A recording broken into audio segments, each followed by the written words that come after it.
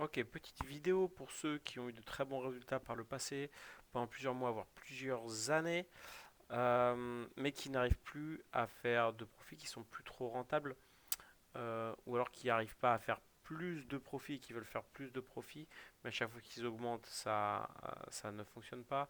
Donc déjà, regardez bien la vidéo précédente pour voir si vous avez beaucoup de créas, beaucoup d'angles d'attaque, beaucoup de types de créas différents et que vous êtes bien dans une audience large. Si vous avez fait tout ça et que ça ne marche toujours pas dans ces cas-là, reviens vers ton avatar. C'est-à-dire pour quelle raison achète-t-il ton produit? Euh, il faut toujours revenir sur son avatar et même si vous en êtes là, il y en a beaucoup d'entre vous qui ne connaissent pas toujours pas leur avatar. Le but c'est de trouver d'autres angles d'attaque pour ton avatar et faire des promos innovantes en fonction des différentes périodes de l'année. Donc des promos Black Friday, des promos Noël, des promos Fête des Mères, des promos tout ça. Des promos de solde d'été, etc., etc.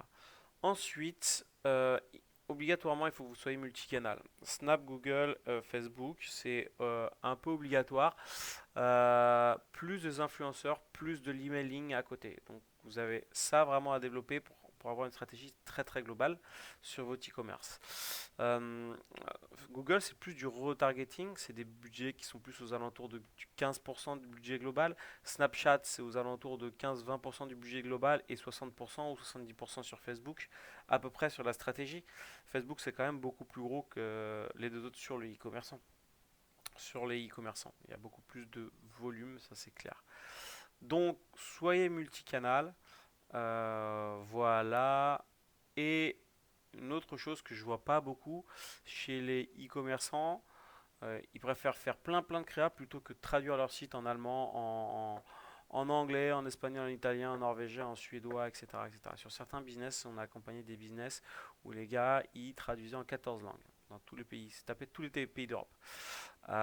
Donc, faites ça, c'est simple au final. Vous traduisez la page produit, vous traduisez vos 4, 5, 6, 10, enfin 6 meilleurs ads, vous les balancez en audience large et bam, vous avez un nouveau marché. Vous pouvez réespérer à faire du profit dessus. Donc, sur certains marchés, votre produit ne va pas fonctionner, mais sur d'autres, ça va cartonner, ça va marcher encore peut-être mieux qu'en France. Donc voilà, allez-y, faites ça, traduisez votre site et envoyez. Et voilà. Et c'est vrai que les deux autres canaux, genre emailing, ça fonctionne bien également, l'emailing. Euh, voilà.